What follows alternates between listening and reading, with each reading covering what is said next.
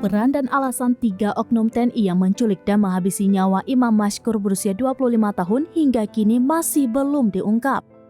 Padahal publik masih menantikan hasil penyelidikan yang dilakukan Pomdam Jaya terkait peran dan alasan para pelaku menculik dan menganiaya korban hingga meninggal dunia.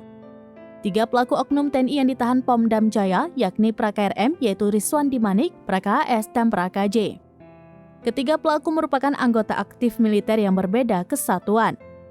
Rizwandi Manik merupakan anggota Tawalis 3311 Kice Walis Batalion Pengawal Protokoler Kenegaraan atau Yonwal Protnek Pas Pampres. Sementara Pra-KHS adalah anggota Direktorat Topografi TNI Angkatan Darat. Sedangkan Pra-KJ merupakan anggota TNI di Kodam Iskandar Muda Aceh.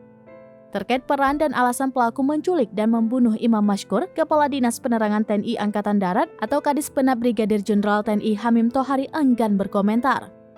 Menurutnya, alasan mengapa imam yang dijadikan target penculikan dan pemerasan tidak bisa terlebih dahulu diungkap ke publik. Sebab menurutnya kasus ini masih ranah objek penyidikan, sehingga ia belum bisa mengungkapkannya.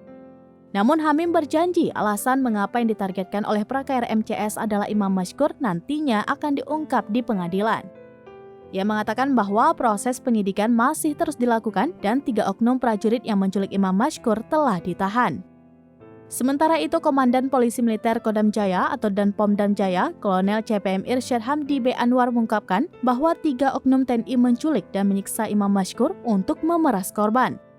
Korban diperas karena ketiga pelaku mengetahui kegiatan korban yang menjual obat-obatan ilegal yakni tramadol. Namun, penyiksaan itu justru membuat korban meregang nyawa. Kendati demikian, Irsyad juga belum bisa menjelaskan mengapa Imam Mashkur yang dijadikan target pemerasan.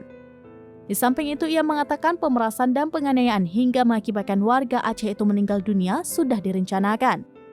Karena itu, mereka berkumpul untuk merencanakan melakukan penculikan dan pemerasan terhadap warga Aceh. Lanjut Irsyad, para pelaku tidak mengenal secara detail identitas korban Imam Mashkur, namun mereka mengetahui kegiatan komunitas korban ini apa-apa saja. Sejauh ini, Pomdam Jaya telah memeriksa sebanyak 8 saksi terkait kasus meninggalnya Imam Mashkur.